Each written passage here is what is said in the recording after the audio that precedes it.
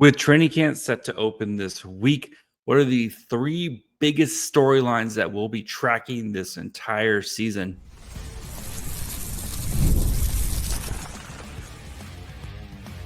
You're Locked On Sharks, your daily podcast on the San Jose Sharks, part of the Locked On Podcast Network, your team every day.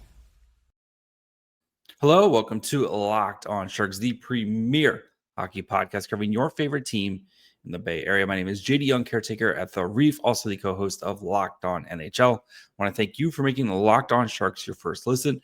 Proudly part of the Locked On Network. We cover your team every day. And if you want to be an everydayer, all you have to do is just follow along wherever you get podcasts. And of course, you can watch on YouTube as well. And today we're going to be looking at the three biggest storylines, I think, for the San Jose Sharks this year. Number one being the development of the young players. Number two, Ryan Warsofsky's improvements this season, especially on special teams. And three, the veteran impacts that happen this year as the Sharks try to lift themselves off the mat and not be the worst team in the NHL for three straight seasons. So let's get started by discussing kind of the young player development. And this is the core storyline for the Sharks this year, right? Is seeing these young players and young pieces starting to rise up and reach their potential, right? Having the best prospect pool in the NHL, that's a great thing to do. But if they don't become into good or great, or like if they don't become good players, it doesn't really matter, right?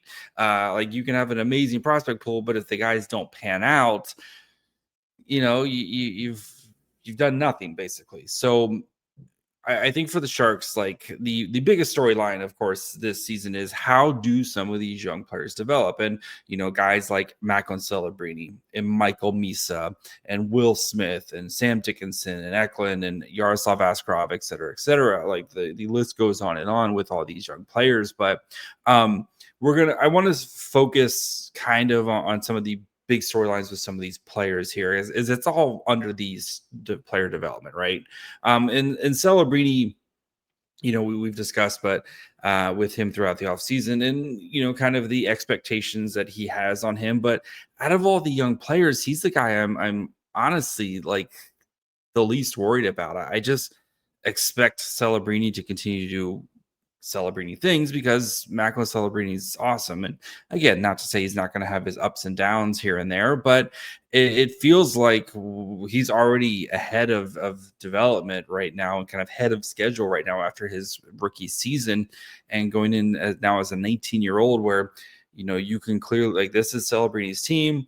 Everything kind of revolves around him. He's the guy on the team, and it's pretty clear, like going into the season, who the best player on the Sharks is and who everything kind of runs through when it comes to the offense, et cetera. It's Macklin Celebrini's team, right?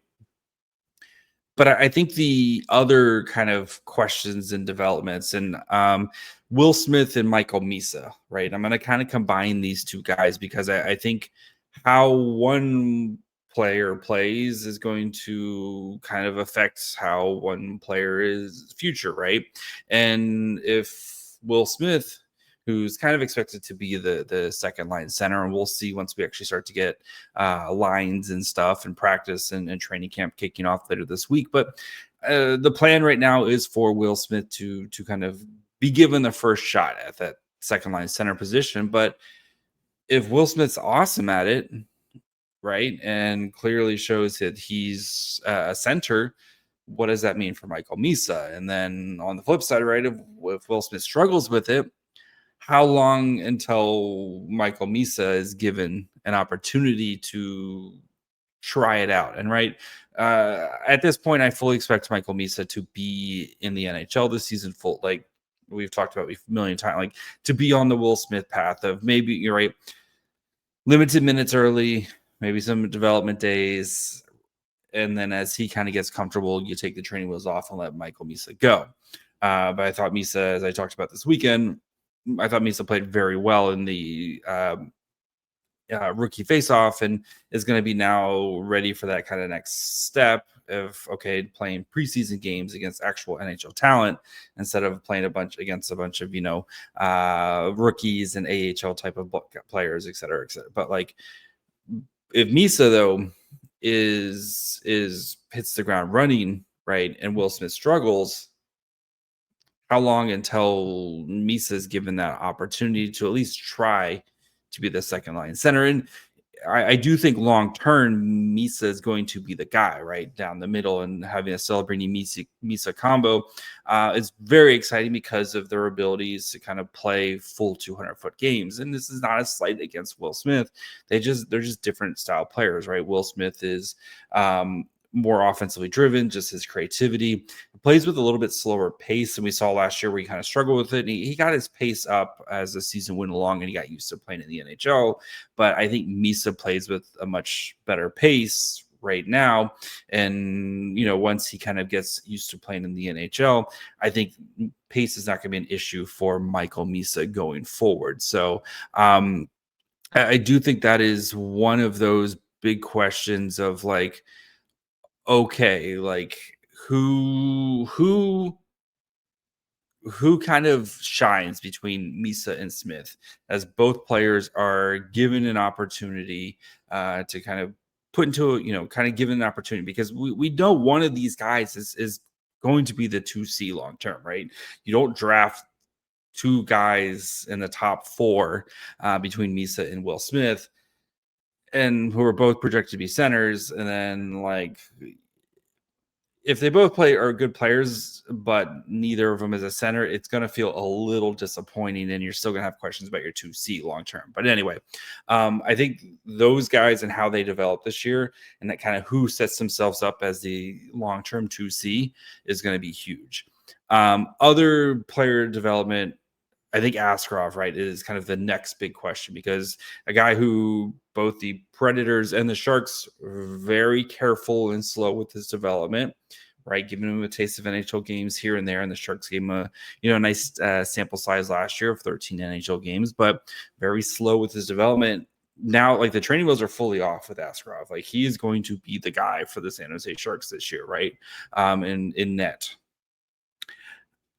How does Askarov, who has played on some solid team, like the Barracuda playoff team last year, the Milwaukee Admirals playoff teams under his team, while he was there, like, this is probably going to be one of the worst teams Askarov's played behind, right? And yes, last year he played on a very bad team as well, and played pretty well, but that's a small sample size here. Now, what happens kind of night in, night out if Askarov's getting shelled and he's not maybe putting up this type of numbers that you want, et cetera, et cetera?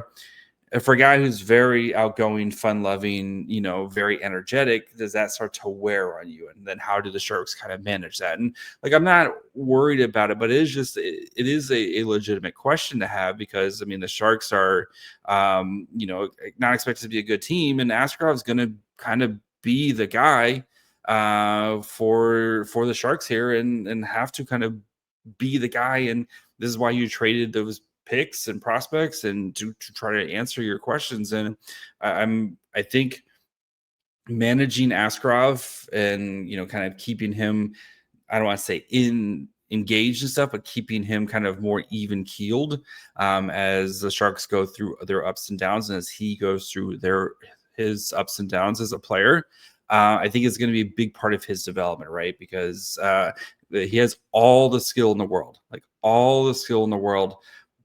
but I think a player who definitely could use is going to definitely going to have some of those ups and downs. So, and then how do you, some of these guys who are Sam Dickinson has a potential 19-year-old playing in the NHL. Some of the guys who might start coming up between Musty and Chernyshov and Cagnoni and stuff, like giving these guys ample opportunity to develop in the AHL. but then rewarding them for their success and kind of how do you manage those players. So of course, like this whole season is about young player development and getting these guys ramped up to where you want them to be and the types of players that you expect them to be here at some point. But this whole season is all about player development. And yes, that's the biggest storyline throughout this year is how do these young players develop. So we're going to look at some of the other big storylines this year. Of course, Ryan Warsofsky. How does he now start to kind of build this team up and get this team off the mat after being the worst team in the NHL the past 2 seasons? So we're going to be talking about Warsofsky here in just 1 second. You just realized your business needs to hire someone yesterday. How can you find amazing candidates fast? Easy. Just use Indeed. When it comes to hiring, Indeed is all you need. Stop struggling to get your job post seen on other sites. Indeed sponsored jobs put your post at the top of the page and help you reach the right candidates faster. If you've ever been in the spot where you need to hire like yesterday, the pressure's on, and every day without the right person is a setback, that's exactly when Indeed sponsored jobs come in handy. They make sure your post is seen by the right candidates right now. Now you can speed up your hiring process with a $75 sponsored job credit. Just go to Indeed.com/lockedon right now and support our show by saying you heard about Indeed on this podcast. Terms and conditions apply. Hiring, Indeed is all you need. All right, guys, do of course want to thank you for making Locked On Sharks your first listen today. For your second listen, check out the Locked On NHL podcast. There's no off season, bringing you daily league-wide stories that matter the most with local coverage you love from Locked On. Find Locked On NHL on YouTube or wherever you listen to podcasts.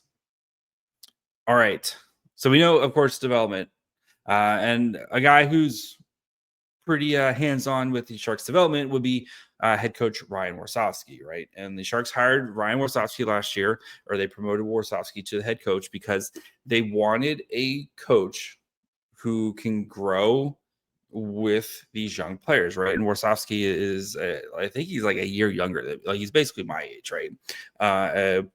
For coach, and has had a lot of success, right, in the ECHL and the AHL, and is now kind of given the reins to this young, fun, growing, developing team.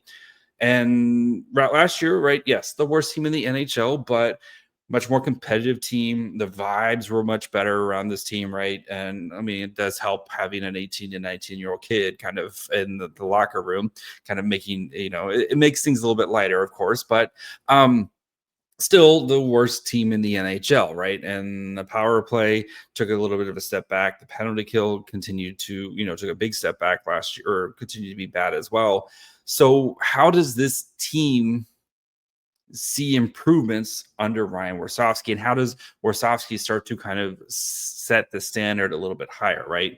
And like again, realistically, this team is probably still going to be it's if they're a bottom 10 team like that, that's 100% like expected of this team. Like this team is going to still struggle to score goals and struggle to give up, not allow goals, et cetera.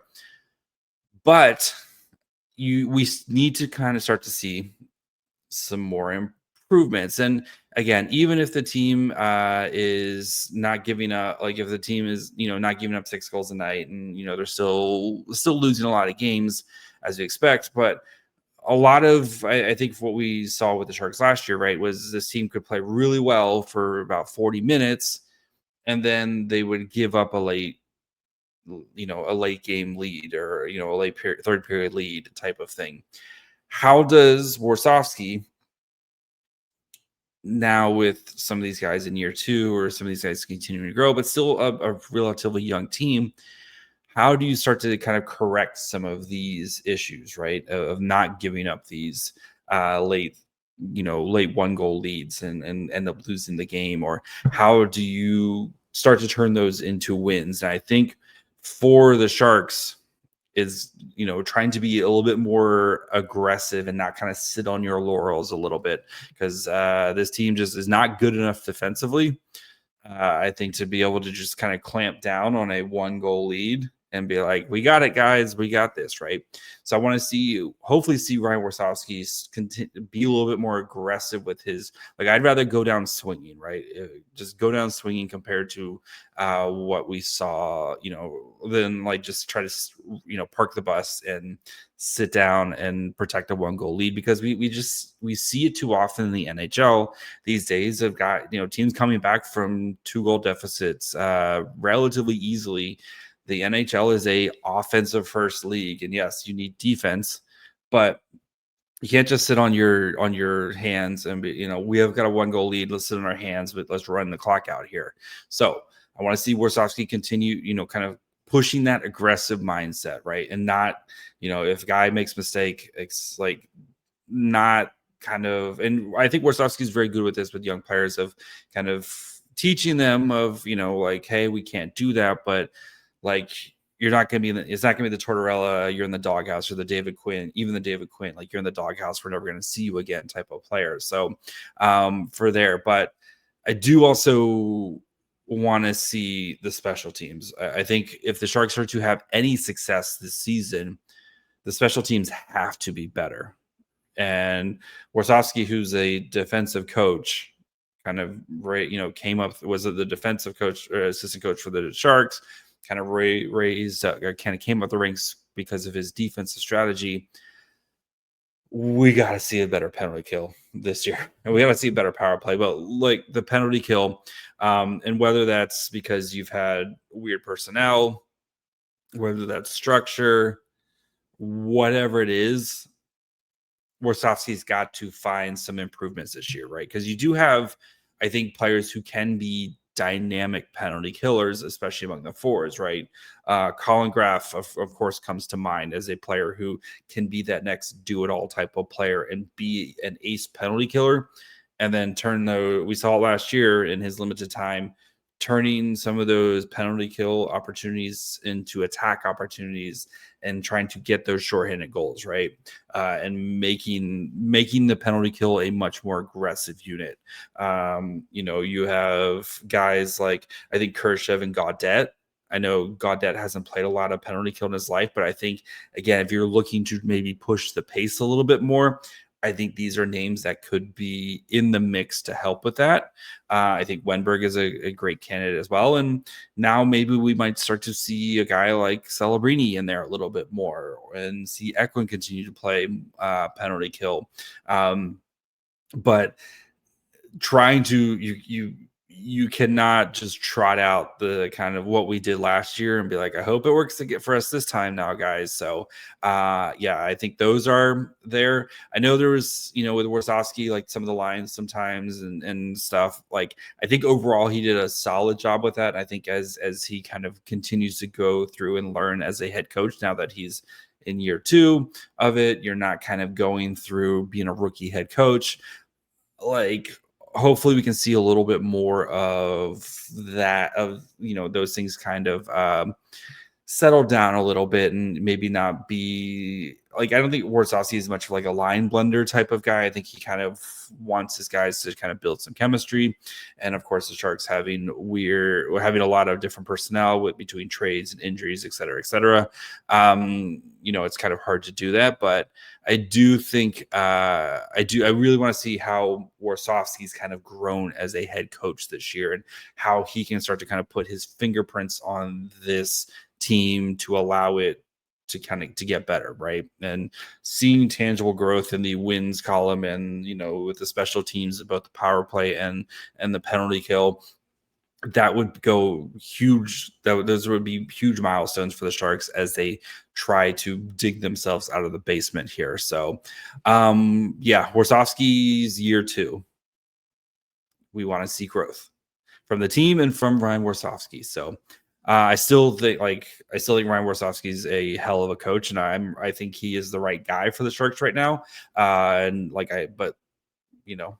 We have to see growth, and we want to see this team continue to get better. So Finally, we're going to talk about the veteran impacts and mainly on the blue line, because I think that's a big story of how the Sharks kind of attacked their blue line this offseason to try to make it a better unit this year. So we're going to talk about the defense and the veterans here in just 1 second. The NFL season is here, and FanDuel is making sure you're ready for kickoff with a can't-miss offer. Right now, new customers can bet just $5, and if your bet wins, you'll get $300 in bonus bets to use across the app. Great thing about FanDuel is it covers however you like to play. Player props, building a same-game parlay, or even jumping into live action. You can, do all those. It makes every game more exciting, and whether you're watching your team or just keeping an eye on your fantasy lineup, they make it super quick, easy, and the best way to add a little bit more energy to Sundays. So if you're ready to play, download the FanDuel app now by visiting FanDuel.com to get started. That's FanDuel.com to place your first $5 bet. I'm also super excited to tell you about my new favorite jeans wear. That's Doer. I've been living in their performance denim straight jeans, and honestly, they've completely changed the game for me.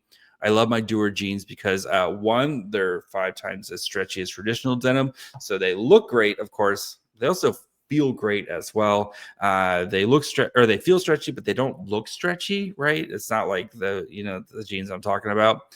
The jeans are also made with Cool Max that regulates your body temperature and wicks moisture. So when it's hot out, you can still kind of wear your jeans. Doer combines classic jeanswear style with the best kind of comfort and performance that you get from athletic wear.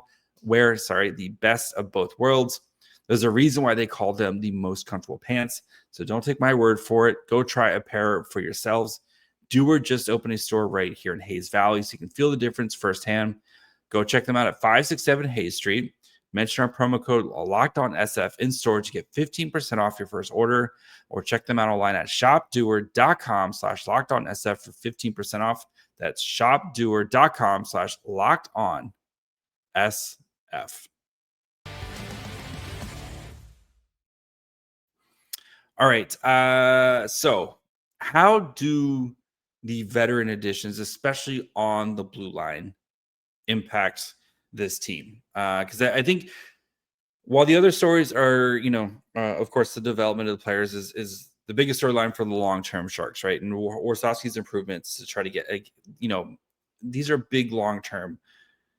This right here, the veteran impacts, I think the defense is going to be the thing that I think really tells the story of the Sharks 25-26 season, right? Because we know the young players are going to get better, hopefully get better and grow, and et cetera. And we know we like Warsofsky, what he's going to do, and hopefully again we want the special teams to be better. We want this team to start kind of turning some of those losses into wins. But the veterans that the Shark, Mike Grier, went out and added this offseason, right?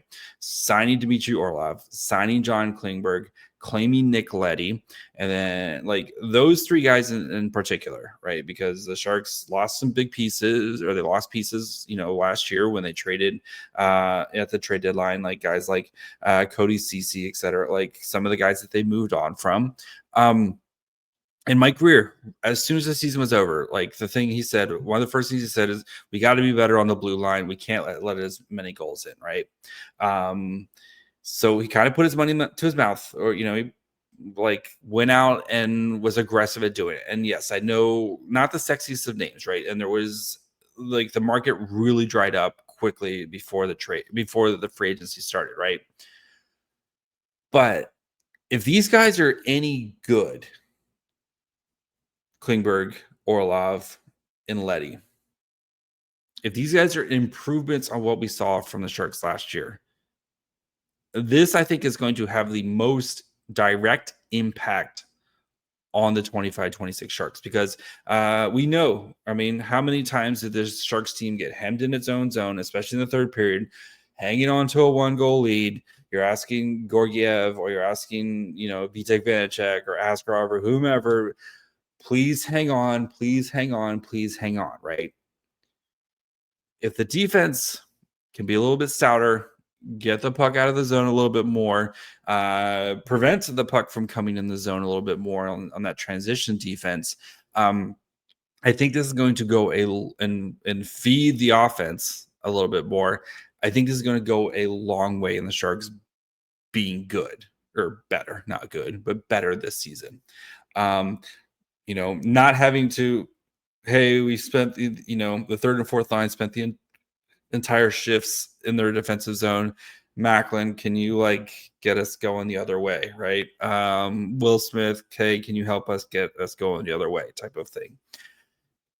If we can see a little bit more clamps down defense, and again, I'm not asking for, but this team, which was a minus 105 in goal differential last year, if we can improve on that and not spend so much time in the defensive zone and spend more time in the offensive zone and be more of an attacking team, I think this is going to be the direct correlation to the Sharks not blowing so many third period leads and turning a lot of those 1-goal losses into wins, and helping your young players develop and grow because they're not spending their entire time in the defensive zone, and helping Ryan Warsofsky grow because he's, again, not having to spend the entire game plan trying to just get the puck out of the zone. So how do these players go? And I think how these players play also kind of impacts their futures, right? Because we know Orlov is signed here this year, next year, but if Klingberg plays well, and I know his contract is set up, so he's not going anywhere unless he wants to, and the Sharks are able to, he kind of free him up to be a trade asset at the deadline. But if Klingberg plays well, and I know Sam Dickinson's coming and Cagnoni's coming and some of these other guys are coming, but wouldn't it be nice to have a guy kind of stick around for more than one season or even half a season? And if Klingberg shows that he can be a plus asset for the Sharks and kind of be that bridge player for guys like Dickinson and Cagnoni to kind of lean on. And then same thing with Nick Leddy, who I know Leddy maybe not came over here under the best of circumstances with his trade or with his waiver claim thing. And we still really haven't heard from Leddy all summer, but maybe Leddy comes in and has a great time and great experience, right? And also a guy who's in the last year of his deal. I think of the three, Leddy is probably the one that wants to get out the most because he didn't really choose to come here, right? The other guys actively chose to come here by becoming in free agents. But I think for Leddy, it is a really good opportunity to kind of reestablish his value. And he should be a guy that's very motivated to play well because, he didn't play very well last year. And that was the reason why he got waived by the Blues for a poor guy coming off an injury and just didn't look himself in the second, after coming back from injury. So I think for a guy who probably wants to go play for a contender, Leddy should be extremely motivated to come out of the gates looking 100% and being the defenseman that he was before his injury. But if the Sharks can parlay these guys into having, Orlov, Leddy, and Klingberg all having impactful seasons before they get traded off or, whatever happens with them, I think that's going to go the furthest for the Sharks. Short term, that I think this is the thing that could make the Sharks a much more enjoyable experience and turn some of those losses into wins this season. So I think these are the three biggest storylines for me. Again, how do the young players develop? And that's the biggest storyline across the whole franchise, right? Is your growth of your young players. But seeing Warsofsky start to kind of make some improvements with this roster that he's given, which I think is a little bit better roster, but start to kind of see Warsofsky's impact as he doesn't have to kind of go through the challenges of being a rookie head coach, and start to see, right, can the power play get better? Can the special teams better? Can this team start closing games here? And then again, what do these veterans, especially the defensive veterans, how has their impacts changed the Sharks this year for a team that is trying again to get out of the basement? So that's going to be it for me today. We'll be back tomorrow. Make sure you guys are following along wherever you get podcasts. And of course, you can watch on YouTube as well. Follow the show on Twitter, Facebook, Instagram, and on TikTok at Locked On Sharks. Follow me on Twitter and Blue Sky at My Fry Hole. Until tomorrow, bye, friends.